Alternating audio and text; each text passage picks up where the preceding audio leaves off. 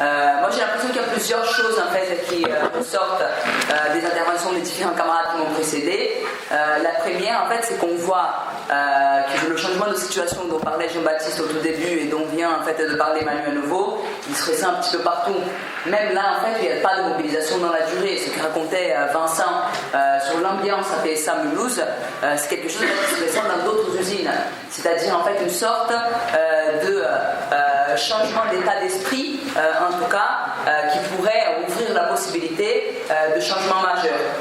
Et là, c'est là en fait où on voit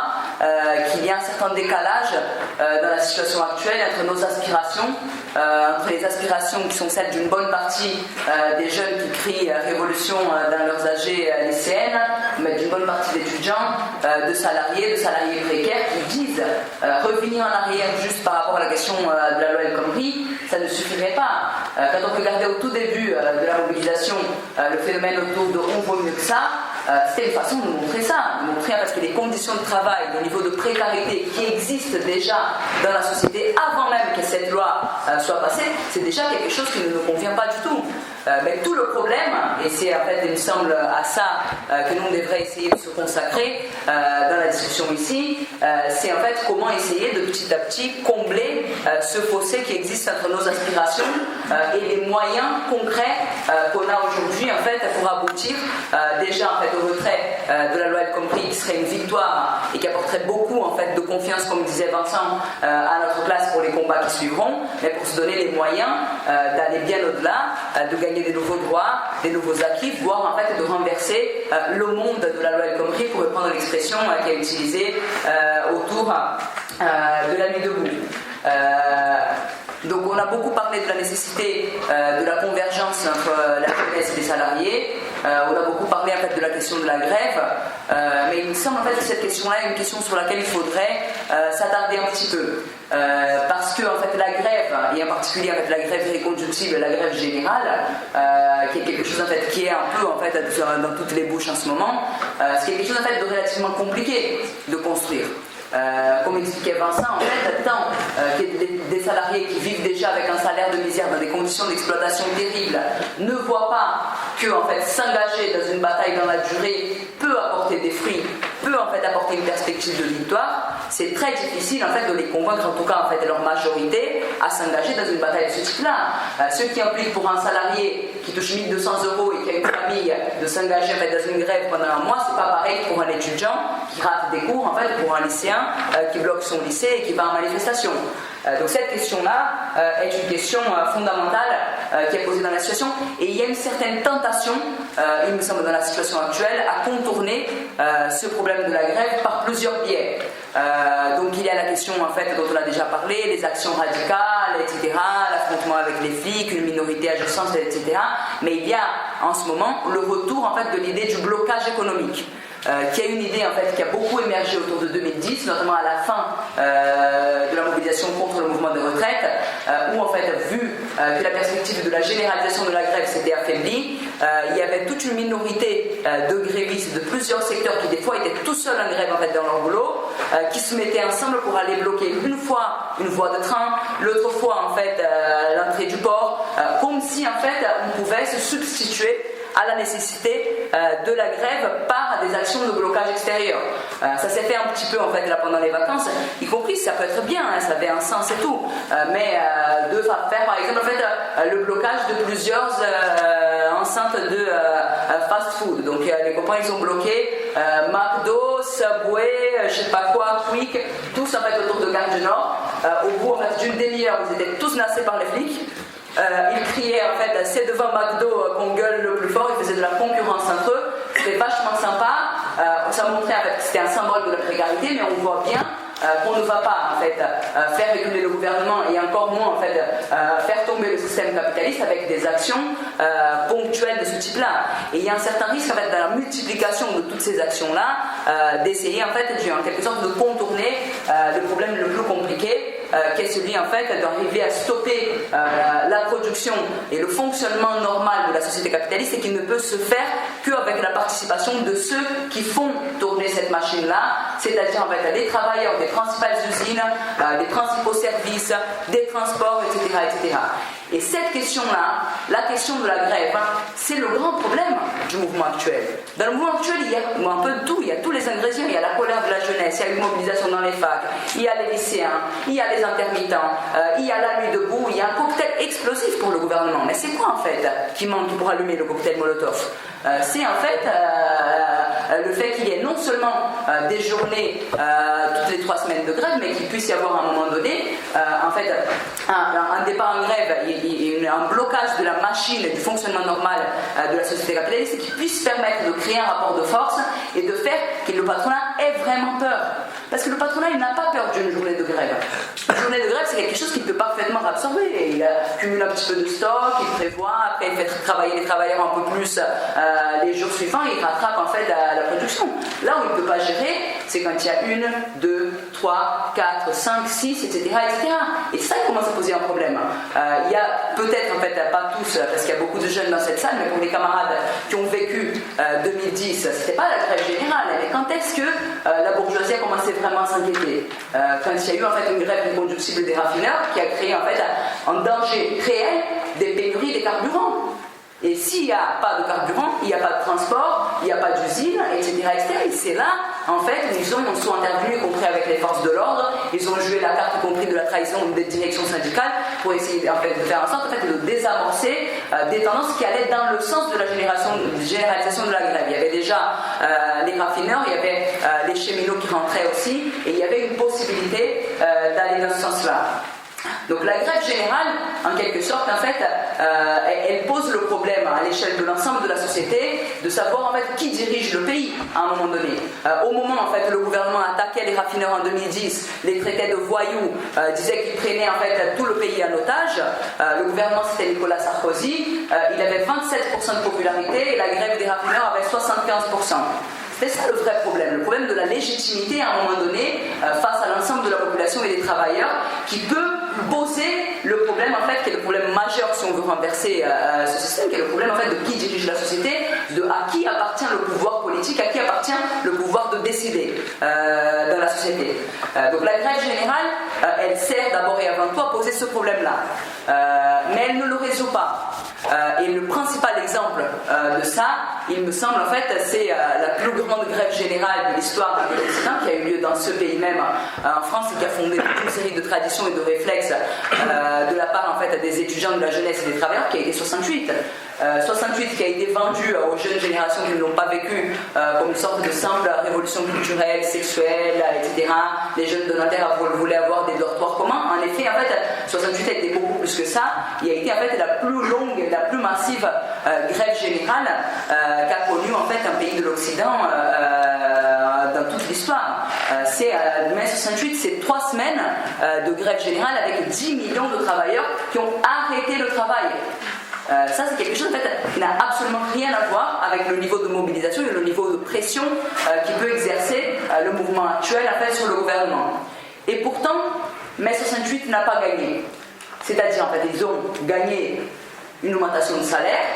qui a été par ailleurs rattrapée par l'inflation en quelques mois juste après, mais toute l'aspiration qui émergeait autour de mai 68 et qui était à une échelle beaucoup plus grosse, en fait, bien évidemment 68 fait penser aux aspirations qui peuvent émerger aujourd'hui dans le changement de société. Tout cela a pu être dévié à un moment donné par ce qu'on appelait à l'époque les accords de Grenelle, donc un accord entre le gouvernement, le patronat et en fait les directions syndicales. Et en fait, donc cette possibilité qui était posée à un moment donné de renverser le pouvoir, de renverser le gouvernement, il faut savoir en fait que le gouvernement il a eu vraiment peur en 68. Il y a l'épisode en fait entre fin mai et début juin où en fait De Gaulle se barre, il va en fait à Baden-Baden discuter avec ses potes pour savoir ce qu'il fait et il dit lui-même après en fait qu'il a hésité à démissionner et que s'il n'a pas démissionné, il le dit dans une interview, c'est parce qu'il sait que sa démission laisserait la France entre les mains des subversifs, de la subversion. Donc il le dit lui-même, qu'il y avait un risque révolutionnaire. Il y avait une possibilité que la subversion prenne le dessus sur l'ordre qu'il essayait d'imposer avec son gouvernement et avec les CRS, SS, comme on les appelait à l'époque. Donc toute la question qui se pose d'un point de vue plus stratégique pour nous, c'est de savoir comment on arrive à articuler d'abord les moyens de nos rêves, nous donner les moyens de nos rêves, parce que c'est bien de rêver, mais quand on rêve, c'est bien aussi en fait de se donner les moyens de transformer nos rêves en réalité. Donc comment on se donne les moyens de la grève et en fait de la généralisation de la grève pour pouvoir déjà battre en brèche la loi El Khomri, imposer une défaite à ce gouvernement et pouvoir se poser des objectifs plus audacieux comme un changement de système. Et en fait, et pour cela, on voit bien en fait que les ennemis que nous avons en face, ils sont extrêmement puissants et que c'est pas une tâche facile. Quand on regarde un petit peu en fait la configuration de la mobilisation actuelle, on voit qu'il y a plein de secteurs qui auraient de raisons, y compris au-delà de la loi El Khomri, pour se mobiliser pour entrer en grève. Quand on regarde les cheminots, ça fait en fait des semaines et des semaines qu'ils parlent de partir en grève reconductible. Le 9 mars a été peut-être en fait la journée de grève la plus massive chez les cheminots depuis très très longtemps, peut-être depuis 95. Une grève extrêmement suivie. On voit en fait de l'autre côté, même les fonctionnaires qui n'étaient pas directement concernés par la loi El Khomri étaient prêts à se mobiliser en fait pour leur salaire. On voit en fait les intermittents qui ont eux aussi en fait leur propre raison de se mobiliser autour de la question en fait de l'indemnisation des périodes de chômage pour ces travailleurs en fait très précaires qui sont les intermittents. On voit en fait que la jeunesse avait ses propres revendications. Le problème c'est que l'ennemi en face, pour éviter le tous ensemble, il essaye en fait de désamorcer cette bombe-là. Donc il lâche quelques miettes pour les étudiants par le biais de l'UNEF, il lâche quelques miettes aussi, en fait, il faut voir si ça va marcher avec les intermittents en leur proposant en fait un accord qui est plutôt favorable par rapport à ce qu'ils avaient jusque-là. Il a lâché pour la première fois en fait une petite augmentation de salaire pour les fonctionnaires, alors que juste avant en fait il disait pendant des mois et des mois qu'il n'y avait pas un sou pour actualiser le point d'indice des fonctionnaires. Et en fait il essaye aussi, et là-dessus en fait malheureusement la direction de la CGT cheminots joue un rôle extrêmement important, de dissocier la bagarre en fait des cheminots de celle de la loi El Khomri, parce qu'eux ils se battent en fait contre un truc spécifique qui est le changement de leur statut lié à la réforme ferroviaire de 2014. Mais on voit bien que cette espèce en fait de jonction tous ensemble dans la rue au même moment, au même endroit et en grève, c'est pas quelque chose de simple de construire. Et donc une des principales raisons pour lesquelles en fait nous on pense qu'il faut s'organiser et qu'il faut s'organiser politiquement, c'est qu'en fait on voit l'importance que ça a d'avoir des militants qui, chez les lycéens, chez les étudiants, dans les boîtes de l'automobile, chez les cheminots, malheureusement, en fait, le camarade qui était censé venir n'a pas pu venir, Karim, dans les fronts intellectuels, se battent pour une seule et même politique, pour essayer de faire en sorte en fait, de converger, d'accorder tous ces instruments pour qu'ils jouent la même partition, pour qu'ils jouent la même musique au moment où il le faut. Et c'est seulement comme ça en fait, qu'on va pouvoir gagner. Première raison. Deuxième raison, c'est que en fait, on voit bien que le patronat, c'est pas juste les forces du patronat. Le patronat, il s'appuie sur un gouvernement qui lui est parfaitement servile, comme disait Manu, mais il s'appuie en fait sur une force armée extrêmement puissante, qui sont toutes les forces de répression de l'État, et qui sont en train de montrer leur vrai visage. Si en fait les jeunes d'aujourd'hui pouvaient encore croire à l'idéologie qu'on leur transmet, que l'État c'est un truc vachement neutre en fait pour organiser la vie en société, aujourd'hui moi j'ai l'impression qu'ils ont une toute autre vision de l'État. Après en fait quelques coups de matraque et en fait avec les yeux flottés par le gaz, on voit en fait les choses différemment. Et donc toute la question qui se pose, c'est de comment se rendre compte qu'on ne va pas pouvoir défaire cet État-là, on ne va pas pouvoir défaire ce pouvoir aussi puissant et aussi organisé avec des méthodes totalement improvisées. Je disais ça dans la réunion des lycéens avec les méthodes YOLO, c'est l'expression que j'ai apprise. Ça ne sera pas YOLO en fait la révolution. Ça demande en fait un certain niveau d'organisation et en quelque sorte c'est ça aussi une des leçons qu'il faut tirer de la mobilisation actuelle. Et pourtant, et c'est là où il y a une contradiction, cette jeune génération qui est en train en fait de faire une énorme expérience politique, qui est une génération franchement, en fait, pour ceux qui ont déjà vécu d'autres mobilisations, c'est une génération militante en fait qui part, disons, d'un socle commun qui est extrêmement avancé. En général, en fait, quand tu vas dans les AG, moi j'ai fait quelques-unes, des facs, des lycées, les étudiants et les lycéens en fait, ils sont contre le système capitaliste. Ils sont en fait solidaires des luttes de la classe ouvrière et comprennent la nécessité de la convergence avec le mouvement ouvrier. Ils comprennent le rôle des directions syndicales et ils pensent même qu'il faut faire la révolution. Je sais pas, c'est en fait, disons, beaucoup de choses. Si on pense à ce que pouvaient dire des jeunes en fait dans d'autres périodes pas si lointaines que ça. Mais pourtant, la question de l'organisation est une question en fait qui coince. Et en fait, il faudrait essayer de comprendre pourquoi. Moi, je pense qu'il y a plusieurs raisons. Il y a une première raison, c'est qu'en fait, on ne comprend jusqu'au bout la question de l'organisation que quand on comprend en fait au service de quoi on veut mettre une organisation. Parce que l'organisation, elle n'est pas une fin en soi, et elle est un outil dans un combat. Donc, la nécessité, à mon avis, à partir de l'expérience concrète de la mobilisation, tirer des conclusions stratégiques dans le sens de ce qu'on est en train de dire sur la grève générale, le pourquoi, le comment, et en même temps, en fait, comment elle n'est pas suffisante. Il faut organiser le passage de la grève générale à l'insurrection, à la révolution, que toutes ces questions-là, c'est une partie des questions qui peuvent faire comprendre la nécessité de l'organisation. Mais il y a une autre raison, c'est qu'en fait, une bonne partie du sentiment anti-organisation et anti-parti qui existe en particulier chez les jeunes aujourd'hui, il faut le dire les camarades, il est justifié. Parce que les organisations que ces jeunes-là connaissent ne mènent pas la politique qu'il faudrait. C'est une réalité. Les organisations dont ils parlent en premier lieu, quand ils disent « moi je suis contre les organisations », c'est des organisations comme l'UNEF, que racontait Elisa, qui avait en plus en fait, d'avoir organisé les services d'ordre et tabassé le camarade qui voulait se mettre en pointe dans les manifestations, ont quand même en fait, lâché le combat sur les facs. Ils continuent à venir timidement dans les manifestations en général avec les syndicats, mais depuis qu'ils ont été très satisfaits par les annonces de Valls, on ne les voit plus en fait, dans les AG, ni dans les blocages, ni dans les piquets de grève. C'est en fait des organisations coquilles vides comme les syndicats lycéens qui prétendent représenter l'ensemble du mouvement lycéen alors qu'ils sont une poignée. C'est des organisations en fait dans le mouvement syndical, pour utiliser en fait une expression qui est une blague qui a été faite sur la CFDT, négocie le poids de nos chaînes. Parce qu'on dit ça sur la CFDT, mais en quelque sorte, en fait, les directions syndicales en général, elles font ça. Parce que négocier des petites améliorations en fait, dans nos conditions de travail, petite taxation du CDD, etc., ou même le simple retour à la case départ en fait, avec le retrait de la loi El Khomri, ça ne règle en rien le problème de l'exploitation et des conditions de travail en fait, inhumaines qui subissent les travailleurs en France et ailleurs dans le monde. Donc, première chose en fait, qu'il faut comprendre à mon avis pour pouvoir bien dialoguer avec ce sentiment-là, c'est qu'il y a une bonne partie de vérité dans ce régime qui existe des organisations telles qu'elles sont aujourd'hui. Et de l'autre côté, il y a un autre problème, c'est qu'il y a des organisations qui se réclament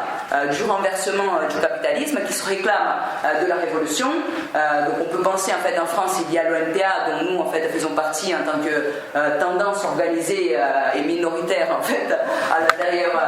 de ce parti. Il y a aussi lutte ouvrière, mais que l'extrême gauche et ces organisations ne sont pas du tout aujourd'hui à la hauteur de en fait apparaître comme une alternative d'organisation pour ces jeunes qui veulent faire la révolution, qui le crient en AG, qui le crient en manif entre deux matraquages et trois gazages. Et moi j'ai l'impression que le défi dont nous il faudrait qu'on discute sérieusement, c'est celui-là. Nous on est très contents en fait, de ce qu'on a pu faire par le biais de Révolution Permanente. Jean-Baptiste a raconté rapidement, mais peut-être en fait que tous les camarades ils n'ont pas une vision. En fait on venait déjà avec une bonne dynamique avec le site et tout, mais en fait ça a totalement explosé pendant la mobilisation. Parce qu'on a commencé à devenir un véritable en fait, référent de la mobilisation. On a tous les jours en fait, des dizaines de personnes qui nous écrivent pour nous remercier du travail en fait, de couverture médiatique, contre-médiatique qu'on fait par rapport à la mobilisation. Des gens qui nous écrivent en fait, pour envoyer leurs témoignages sur les violences policières, sur en fait, la répression sur leur lieu de travail. Donc d'une certaine façon, c'est un outil qui devient un outil qui nous dépasse en quelque sorte. Il y a plein de gens qui le prennent en charge en fait, au-delà de nous pour pouvoir à un moment donné exprimer leur colère à la situation dans laquelle ils vivent, pour dénoncer la répression, etc., etc. On est passé en fait depuis début mars, je crois, sur Facebook, notre page Facebook elle est passée de 15 000 à 40 000 likes, et en fait on est en train de toucher les 500 000 visites que pour le mois d'avril. Si on remonte jusqu'en début mars, moi je pense qu'on doit être en fait autour de 800 000 visites. C'est énorme, ça veut dire en fait le site d'extrême gauche le plus visité, le plus lu en Europe. C'est quelque chose en fait, pour l'échelle de ce que nous sommes en tant que militants en fait, est un acquis extrêmement important, et on voit cette reconnaissance en fait dans les milieux où nous on milite, etc. Là en fait on a depuis une semaine un stand à la Nuit debout, on a plein de gens en fait qui viennent discuter avec nous, nous dire en fait qu'ils suivent sur le site, etc. Mais bon, notre projet c'est pas de faire un site internet. Le site internet il est pensé, il a toujours été pensé par nous comme un organisateur collectif d'une force militante. Organisateur collectif, c'est en fait une expression qu'on reprend à un vieux camarade Lénine qui s'inquiétait beaucoup des questions en fait sur la presse à une autre époque. Et à son époque en fait, faire son grand projet qui était un journal imprimé pour toute la Russie, c'était en fait un projet presque délirant. Clandestinité, distribuer un journal imprimé en fait, dans un pays de la taille de la Russie, mais c'était une tâche énorme. Et donc nous, en quelque sorte, ce qu'on a essayé de faire avec Révolution Permanente, c'est d'actualiser cet état d'esprit-là. Tout le monde nous disait que c'était impossible de faire en fait, un site internet quotidien avec un petit courant comme le nôtre, et en plus de continuer à assurer des activités, de militer. On nous disait vous allez être bouffé par votre site internet, vous allez faire que ça, vous allez devenir des journalistes, machin et compagnie. Je pense en fait qu'on a fait la démonstration que c'est pas le cas, qu'on a assuré une révolution permanente et tout en assurant une bonne intervention dans le mouvement avec une partie de nos camarades qui sont très reconnus, en particulier en fait chez les lycéens et dans les facs les plus mobilisés sur Paris. Mais nous en fait on continue à garder ce projet-là de comment transformer Révolution Permanente en fait en force matérielle, comment transformer tout ça dans une force militante organisée capable de répondre aux défis dont on était en train de parler en fait, à ce défi de pouvoir avoir des militants dans toutes les entreprises, dans tous les lycées qui appuient dans le même sens et sur une même politique, et de commencer à préparer notre armée face à l'armée qui est celle du patronat, avec sa répression, avec son État, etc. etc. Et donc, d'une certaine façon, c'est ça la question qu'on se pose. Et on a l'impression, en regardant un petit peu en fait, la mobilisation telle qu'elle se développe, qu'en fait, il y a plein de jeunes qui sont en train d'émerger politiquement, qui sont en train d'émerger avec une volonté de en fait militer dans la mobilisation actuelle, mais qui se posent des problèmes en fait qui dépassent de fait la mobilisation actuelle. Et nous on pense en fait que c'est avec ces jeunes-là, avec ces travailleurs qui sont en train en fait de se forger dans la lutte, qu'on pourra construire une organisation révolutionnaire à la hauteur de nos défis en France. Des fois en fait 2 mois de mobilisation valent plus en fait que la lecture d'une cinquantaine de bouquins bien au chaud chez soi. C'est une énorme expérience quand il y a des camarades comme certains qui sont ici dans cette salle et qui je ne vais pas dénoncer, qui passent 48 heures de garde à vue et qui en sortent en fait plus convaincus, plus déterminés pour continuer à lutter. Ça pour nous c'est une vraie preuve. Bah oui, c'est ça qui fait en fait les épreuves des militants, des combattants que nous on veut construire pour le combat de plus longue haleine qu'on a amené, qui est celui en fait pour la révolution, pour débarrasser ce monde en fait de toute forme d'exploitation et d'oppression. Nous en fait on s'en fout d'avoir plus d'adhérents, plus d'argent, plus de, comme disait en fait en paraphrasant un autre vieux révolutionnaire. Nous on ne veut que nous donner en fait les moyens de nos rêves. Et pour ça il faut construire une organisation puissante. Et pour nous d'une certaine façon, disons les éléments pour construire cette organisation, ils sont en train en fait de naître ou de faire en fait leur première expérience, en tout cas de naître politiquement et consciemment dans la mobilisation actuelle. Et donc c'est pour ça en fait, et sur ce je vais finir, que nous on a l'impression que dans plusieurs facs, lycées, en fait, entreprises depuis le début de la mobilisation, nous en fait on milite avec toute une série de camarades qui mènent la même orientation que nous, qui luttent pour l'auto-organisation, qui luttent contre les tendances bureaucratiques des autres organisations, et en particulier en fait des syndicats dans les facs et dans les lycées, qui luttent en fait pour la jonction avec les travailleurs et pour la perspective de la grève générale, qui luttent contre la répression, qui sont d'accord avec le programme d'action, avec la politique concrète qu'on mène à l'échelle du mouvement. Nous on a l'impression aujourd'hui ce serait en fait artificiel de continuer à avoir en fait des cadres où il y a les vieux militants du CCR, etc., qui dans leur coin discutent, élaborent la politique, etc., etc., et tous ces camarades qui pour autant en fait défendent cette même politique et luttent et se battent avec toute leur énergie dans la mobilisation pour cette même politique-là, et que ces cadres-là ils soient séparés. Donc nous en fait on a une proposition à vous faire à la fin de cette première partie de l'AG, mais comme ça en fait le débat il peut porter là-dessus aussi. Nous on a envie en fait de construire, de faire en sorte que cette première expérience-là d'une AG de révolution permanente, l'idée après c'est que chacun puisse prendre la parole, parler de son expérience, des questions en fait qu'il voit dans le mouvement, des questions sur lesquelles il faudrait avancer. Nous on voudrait le décliner partout. Nous on voudrait qu'il y ait des comités de révolution permanente avec des camarades du CCR, mais avec des camarades qui n'étaient pas ou ne sont pas du CCR, qui puissent en fait discuter de toutes ces choses-là dont on est en train de parler aujourd'hui, mais qui puissent élaborer en commun tous les jours la meilleure politique pour gagner en fait à l'échelle de la mobilisation étudiante, à l'échelle de la mobilisation lycéenne, mais surtout en fait pour essayer de faire en sorte qu'on puisse avoir, disons, cette jonction, cette convergence à une échelle générale qu'on veut créer en fait autour donc du projet de la grève reproductible, de la grève générale, qui est le seul en fait capable de pouvoir en fait nous donner, comme je disais juste avant, le moyen de nos aspirations, le moyen de nos rêves, le moyen de détruire la loi El Khomri, mais aussi son monde.